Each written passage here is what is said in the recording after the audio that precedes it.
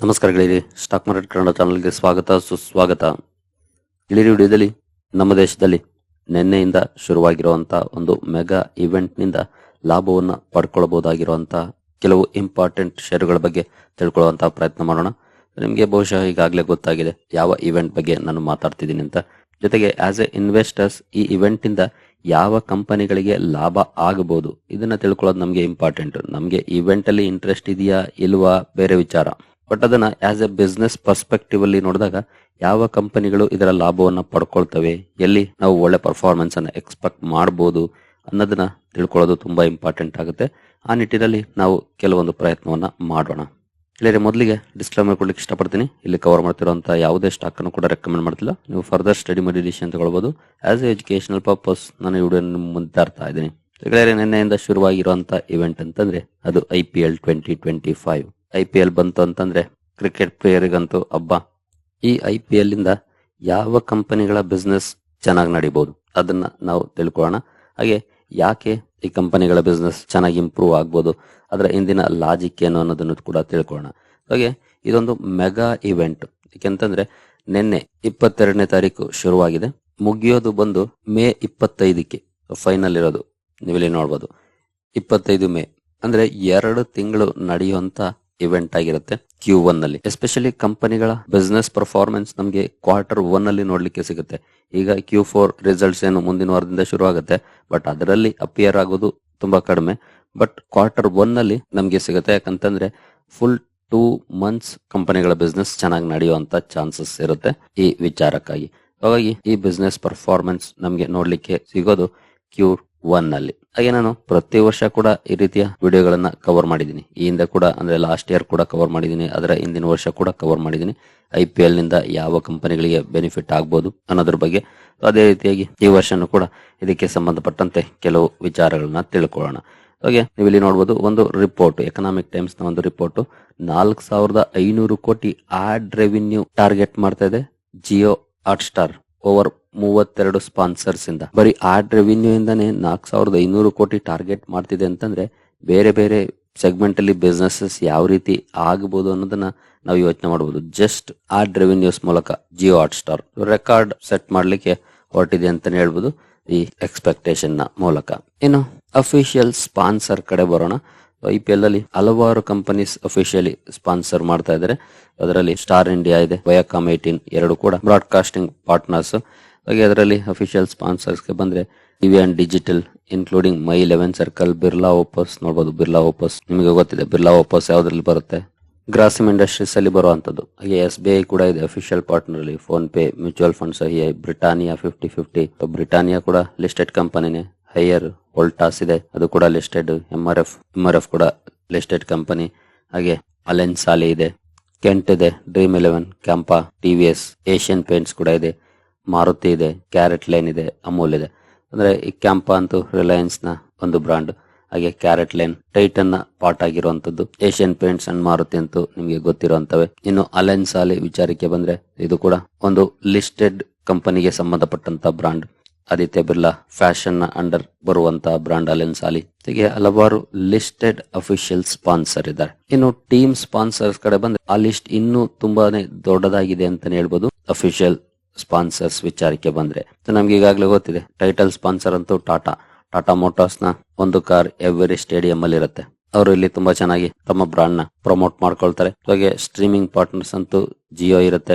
Jio Reliance under ಬರುವಂತ company. ಹಾಗೆ strategic time out partner CEAT, ನಂತರ ಅಸೋಸಿಯೇಟ್ ಪಾರ್ಟ್ನರ್ ಅಲ್ಲಿ ಏಂಜಲ್ 1 ಬರುತ್ತೆ. ಲಿಸ್ಟೆಡ್ ಕಂಪನಿಗಳ ಇವನು ತುಂಬಾ ಚೆನ್ನಾಗಿ ತಮ್ಮ ಬ್ರಾಂಡ್ ಅನ್ನ ಜನರ ಹತ್ರ ತಗೊಂಡೋಗಕ್ಕೆ ಈ ಪ್ಲಾಟ್ಫಾರ್ಮ್ ಅನ್ನ ಬಳಸ್ಕೊಳ್ತಾರೆ. ಓವರಾಲ್ IPL ಸ್ಪಾನ್ಸರ್ ಇವರು ಟಾಟಾ, ಏಂಜಲ್ 1, ಜಿಯೋ ಹಾಗೂ ಸಿಎಟ್. ಇನ್ನು ಟೀಮ್ ಕಡೆ ಬಂದ್ರೆ ಮುಂಬೈ ಇಂಡಿಯನ್ಸ್ ನ ಅಫಿಷಿಯಲ್ ಸ್ಪಾನ್ಸರ್ಸ್ ನೋಡಬಹುದು, ಕುಶಾ ಇದೆ. ಹಾಗೆ Jio Hotstar official partners list ಅಲ್ಲಿ ನಾವು ಲಿಸ್ಟೆಡ್ ಕಂಪನೀಸ್ ಅನ್ನು ನೋಡ್ತಾ ಹೋಗೋಣ. ಕ್ಯಾಸ್ಟ್ರಲ್ ಇದೆ, ಬಿಸ್ಲರಿ ಕೂಡ ಯಾವುದೋ ಒಂದು ಕಂಪನಿ ಅಂಡರ್ ಬರುತ್ತೆ, ಎಕ್ಸಾಕ್ಟ್ಲಿ ನನಗೆ ನೆನಪಾಗ್ತಾ ಇಲ್ಲ. ಇನ್ನು BKT ಕೂಡ ಇದೆ ನೋಡಬಹುದು, ಬಾಲಕೃಷ್ಣ ಇಂಡಸ್ಟ್ರೀಸ್, ರಿಲಯನ್ಸ್ ಇದೆ ಅಂದ್ರೆ ರಿಲಯನ್ಸ್ ಡಿಜಿಟಲ್. ಈ ಎಲ್ಲ ಕಂಪನೀಸ್ ಮುಂಬೈ ಇಂಡಿಯನ್ಸ್ ನ ಸ್ಪಾನ್ಸರ್ಸ್ ಆಗಿರ್ತವೆ. ಜೊತೆಗೆ ಅಸೋಸಿಯೇಟ್ ಸ್ಪಾನ್ಸರ್ಸ್ ನೋಡಬಹುದು, IDFC first bank, Astral pipes main ಆಗಿದ್ದಾವೆ. ಎರಡು ಲಿಸ್ಟೆಡ್ ಕಂಪನೀಸ್. ಹಾಗೆ ಅಸೋಸಿಯೇಟ್ ಸ್ಪಾನ್ಸರ್ಸ್ ಅಲ್ಲಿ ಜಿಯೋ ಕೂಡ ಇದೆ. ಇನ್ನು ನೆಕ್ಸ್ಟ್ ಟೀಮ್ಗೆ ಬಂದ್ರೆ ಚೆನ್ನೈ ಸೂಪರ್ ಕಿಂಗ್ಸ್ ಇದೆ, ಇಲ್ಲಿ ಗಲ್ಫ್ ಆಯಿಲ್ ಇದೆ, ಅಸ್ಟ್ರಲ್ ಪೈಪ್ಸ್ ಇದೆ, JSW ಪೇಂಟ್ಸ್ ಇದೆ, ಸಿಟಿ ಯೂನಿಯನ್ ಬ್ಯಾಂಕ್ ಇದೆ. ಈ ಕೆಲವು ಲಿಸ್ಟೆಡ್ ಕಂಪನೀಸ್ ಇದಾವೆ. ಇನ್ನು RCB ಸ್ಪಾನ್ಸರ್ಸ್ ಗೆ ಬಂದ್ರೆ KEI ಇಂಡಸ್ಟ್ರೀಸ್ ಇದೆ, ಅಂದ್ರೆ ವೈರ್ಸ್ ಅಂಡ್ ಕೇಬಲ್ಸ್ ಪ್ರಮೋಷನ್ ಮಾಡ್ತಾರೆ. ಡೆಲಿವರಿ ಇದೆ, ರಿಲಯನ್ಸ್ ಜಿಯೋ, ಮೂರು ಕೂಡ ಲಿಸ್ಟೆಡ್ ಎಂಟಿಟೀಸ್. ಇನ್ನು ನಿಪ್ಪಾನ್ ಪೇಂಟ್ಸ್ ಕೂಡ ಇದೆ, ಹಾಗೆ ಬಿಸ್ಲೆರಿ, ಜಿಯೋ ಹಾಟ್ ಸ್ಟಾರ್, ನೌಕರಿ ಇದೆ ನೋಡಬಹುದು, info edge, ITC master chef. ಈ ಕಂಪನೀಸ್ RCB ಯ ಅಫಿಷಿಯಲ್ ಪಾರ್ಟ್ನರ್ಸ್ ಆಗಿದ್ದಾರೆ. ಇನ್ನು SRH ಕಡೆ ಬಂದ್ರೆ BKT ಇದೆ, ಇಲ್ಲೂ ಕೂಡ ಜಿಯೋ ಇದೆ, JSW ಪೇಂಟ್ಸ್ ಇದೆ, ಕ್ಯಾಂಪಾ ಇದೆ, ರಿಲಯನ್ಸ್ ಅಂಡರ್ ಬರುವಂತ ಒಂದು ಬ್ರಾಂಡ್, ಸಿಟಿ ಯೂನಿಯನ್ ಬ್ಯಾಂಕ್ ಇದೆ, ಅಪೋಲೋ ಹಾಸ್ಪಿಟಲ್ಸ್ ಇದೆ, ಹೆರಿಟೇಜ್ ಇದೆ. ಈ ಎಲ್ಲ ಕಂಪನೀಸ್ ಇದಾವೆ ಲಿಸ್ಟೆಡ್ ಕಂಪನೀಸ್ ಅಲ್ಲಿ. ಇನ್ನು KKR ಸ್ಪಾನ್ಸರ್ಸ್ ಗೆ ಬಂದ್ರೆ ಇಲ್ಲಿ ನೋಡಬಹುದು BKT ಇದೆ, RR ಕಾಬೆಲ್ ಇದೆ. ನಿನ್ನೆ ನಾನು ಮ್ಯಾಚ್ ಅನ್ನ ನೋಡುವಾಗ ಅಬ್ಸರ್ವ್ ಮಾಡಿದೆ, KKR ಟೀಮ್ ನ ಜೆರ್ಸಿ ಮೇಲೆ RR ಕಾಬೆಲ್ ನೇಮ್ ಅನ್ನ ಅಫಿಷಿಯಲ್ ಪಾರ್ಟ್ನರ್ಸ್, ಹಾಗಾಗಿ ನೇಮ್ ಅನ್ನ ದೊಡ್ಡದಾಗಿ ಹಾಕಿರ್ತಾರೆ. ಇನ್ನು ಜಿಯೋ, JSW ಪೇಂಟ್ಸ್ ಇದೆ, ಇನ್ನು ಹಲವರು ಇದ್ದಾವೆ. ಅದರಲ್ಲಿ ಅನ್ಲಿಸ್ಟೆಡ್ ಪ್ಲೇಯರ್ಸ್ ಕೂಡ ಇದ್ದಾರೆ. ಇನ್ನು ನೆಕ್ಸ್ಟ್ DC ಕಡೆ ಬಂದ್ರೆ, ಡೆಲ್ಲಿ ಕ್ಯಾಪಿಟಲ್ಸ್ ಕಡೆ ಬಂದ್ರೆ ಹೀರೋ ಫಿನ್ ಕಾರ್ಪ್ ಇದೆ, ಟೈಟಲ್ ಸ್ಪಾನ್ಸರ್ಸ್. ಇನ್ನು GMR ಇದೆ, ಅಸೋಸಿಯೇಟ್ ಪಾರ್ಟ್ನರ್ಸ್ ಅಲ್ಲಿ ಜಿಯೋ ಇದೆ, JSW ಪೇಂಟ್ಸ್ ಇದೆ, ಹಾಗೆ ಬಿಸ್ಲೆರಿ, ಎಬಿಕ್ಸ್, ಜಿಯೋ ಹಾಟ್ ಸ್ಟಾರ್, ಇವುಗಳು ಮೇಜರ್ ಆಗಿ ಕಂಡು ಬರ್ತಾ ಇದಾವೆ. ಇನ್ನು RR ಕಡೆ ಬಂದ್ರೆ BKT, ಜಿಯೋ ಇದೆ, ಈಸಿ ಮೈ ಟ್ರಿಪ್ ಇದೆ, is my trip. Next PBKs ಕಡೆ ಬಂದ್ರೆ ಇಲ್ಲಿ ಕೂಡ BKT ಇದೆ, ಜಿಯೋ ಇದೆ, ಕ್ಯಾಂಪಾ ಇದೆ. ಮೇಜರ್ ಆಗಿ ಲಿಸ್ಟೆಡ್ ಎಂಟಿಟೀಸ್ ಅಂದ್ರೆ 3-4 ಲಿಸ್ಟೆಡ್ ಕಂಪನೀಸ್ ಇದಾವೆ. ಇನ್ನು LSG ಕಡೆ ಬಂದ್ರೆ ಇಲ್ಲೂ ಕೂಡ BKT ಇದೆ, SBI ಲೈಫ್ ಇದೆ ನೋಡಬಹುದು, ಇಲ್ಲಿ ಕ್ಯಾಂಪಾ ಇದೆ. ಈ ಕೆಲವು ಕಂಪನೀಸ್ ಕಂಡು ಬರ್ತಾ ಇದಾವೆ ಲಿಸ್ಟೆಡ್ ಅಲ್ಲಿ. ಇನ್ನು ಗುಜರಾತ್ ಟೈಟನ್ಸ್ ಕಡೆ ಬಂದ್ರೆ ಇಲ್ಲೂ ಕೂಡ BKT ಟೈರ್ಸ್ ಇದೆ, ಜಿಯೋ ಇದೆ, ಅಸ್ಟ್ರಲ್ ಪೈಪ್ಸ್ ಕೂಡ ಇದೆ ಇವರ ಲಿಸ್ಟ್ ಅಲ್ಲಿ, ಜಿಯೋ ಹಾಟ್ ಸ್ಟಾರ್, ಬೋಟ್ ಇದೆ. ಬೋಟ್ ಬಹುಶಃ ಮುಂದಿನ ದಿನಗಳಲ್ಲಿ IPO ಮೂಲಕ ಮಾರ್ಕೆಟ್ಗೆ ಎಂಟರ್ ಆಗ್ಬೋದು ಅಂತ ಸುದ್ದಿ ಇದೆ, ಆ ಕಂಪನಿ ಕೂಡ ಇದೆ. ಅದರಲ್ಲಿ HCG ಇದೆ. ಈ ಎಲ್ಲ ಕಂಪನಿಗಳ ಅಂದ್ರೆ ಟೀಮ್ಗಳ ಅಫಿಷಿಯಲ್ ಸ್ಪಾನ್ಸರ್ಸ್ ಆಗಿದ್ದಾರೆ. ಇವರುಗಳು ಕೂಡ ಒಂದಷ್ಟು ಲಾಭವನ್ನು ಪಡ್ಕೊಳ್ತಾರೆ ತಮ್ಮ ಬ್ರಾಂಡ್ ಅನ್ನ ಪ್ರಮೋಟ್ ಮಾಡ್ಕೊಳ್ಳೋ ಮೂಲಕ. ಇಲ್ಲಿ ಡೈರೆಕ್ಟ್ ಆಗಿ ಲಾಭ ಸಿಕ್ಬಿಡುತ್ತೆ ಅಂತ ಅಲ್ಲ, ಬಟ್ ತಮ್ಮ ಬ್ರಾಂಡ್ ಗಳನ್ನ ಪ್ರಮೋಟ್ ಮಾಡ್ಕೊಳ್ಳಿಕ್ಕೆ ಒಂದು ಒಳ್ಳೆ ಪ್ಲಾಟ್ಫಾರ್ಮ್ ಸಿಗುತ್ತೆ. ಆ ಮೂಲಕ ಕಂಪನಿಗಳು ತಮ್ಮ ಬಿಸ್ನೆಸ್ ಅನ್ನ ಎಕ್ಸ್ಪಾನ್ಷನ್ ಮಾಡ್ಕೊಳ್ತವೆ. ಅಂದ್ರೆ ಜನರಿಗೆ ಗೊತ್ತಾದ್ರೆ ತಾನೆ ಅವುಗಳನ್ನ ತಗೊಳಕ್ಕೆ ಸಾಧ್ಯ ಆಗೋದು.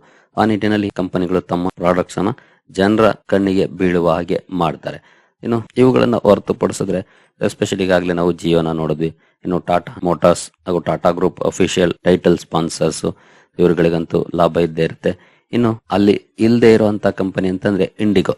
ಯಾಕಂದ್ರೆ ಪ್ಲೇಯರ್ಸ್ ಅನ್ನ ಒಂದ್ ಕಡೆಯಿಂದ ಒಂದ್ ಕಡೆ ಕರ್ಕೊಂಡು ಹೋಗ್ಬೇಕು, ಜೊತೆಗೆ ಮ್ಯಾಚ್ ನೋಡಕ್ ಹೋಗುವಂತ ಜನರು ಕೂಡ ಇಂಡಿಗೋದಲ್ಲಿ ಜರ್ನಿ ಮಾಡ್ತಾರೆ. ಇವಾಗ ಅಬ್ವಿಯಸ್ಲಿ ಕಂಪನಿಗೆ ಪ್ಯಾಸೆಂಜರ್ ಟ್ರಾಫಿಕ್ ಜಾಸ್ತಿ ಆಗುತ್ತೆ.